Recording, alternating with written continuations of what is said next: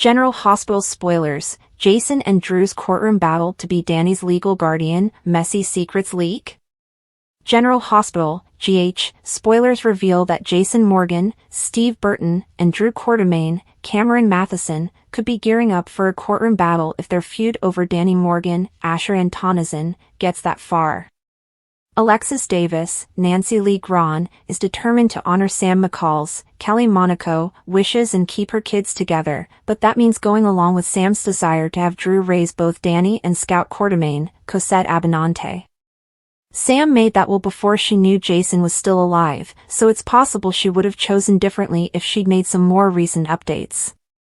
It's also possible that Alexis doesn't have the right copy and that Diane Miller, Carolyn Hennessy, will clear this up with a newer one. However, the show could certainly milk some major drama out of all this if they pursue a legal battle between the brothers. If Alexis convinces Drew to dig his heels in on this, Jason may have to take his brother to court. That could lead to some messy secrets getting exposed as the conflict escalates on both sides. GH fans will recall that Rick Lansing, Rick Hurst, took pics of the damage Jason did to Drew's face after he beat him up in the Quartermaine foyer. That situation could be used to argue that Jason is out of control and won't be a good influence on Danny.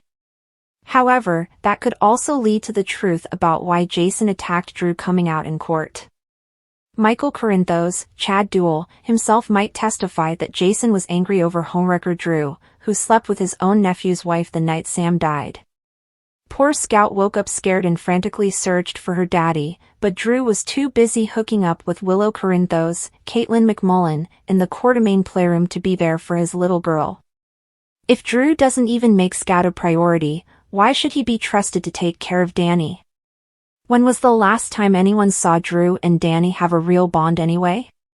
Of course, both Jason and Drew chose Carly Spencer, Laura Wright, over their kids, so it's kind of a level playing field there.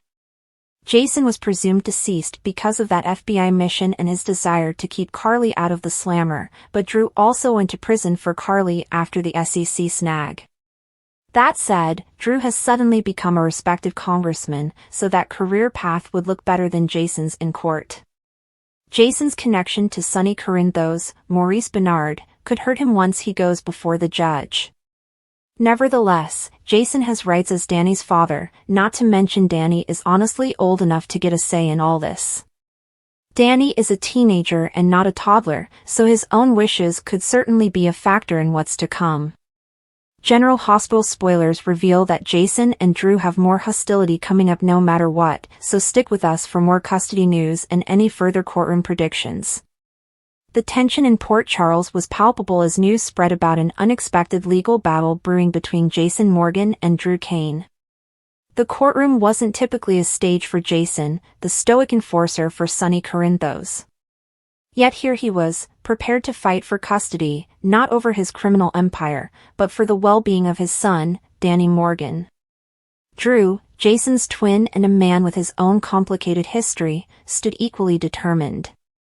The stakes were high, and the fallout threatened to expose secrets that neither man wanted in the light of day. A family divided. The drama began when Sam McCall, Danny's mother, found herself in a medical crisis. A sudden illness left her temporarily incapacitated, unable to care for her children. While Sam recovered, a decision had to be made about who would assume guardianship of Danny. Jason, Danny's biological father, naturally assumed it would be him. But Drew, who had raised Danny as his own during Jason's 5-year absence, saw things differently. "You were gone," Drew had said bluntly during their first confrontation in the Quartermaine living room.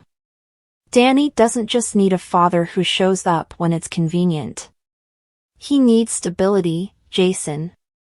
And I've been there. Jason's jaw tightened. I'm his father. Blood matters. So does consistency, Drew shot back. Do you even know his favorite book? His best friend at school? I do. You think you can just waltz back into his life and take over? The argument escalated, with Monica Quartermaine stepping in to mediate.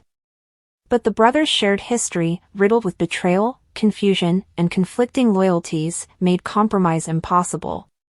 It was clear, this battle would be settled in court. Secrets waiting to explode. Port Charles residents were abuzz with speculation about what skeletons might tumble out of Jason and Drew's respective closets during the trial.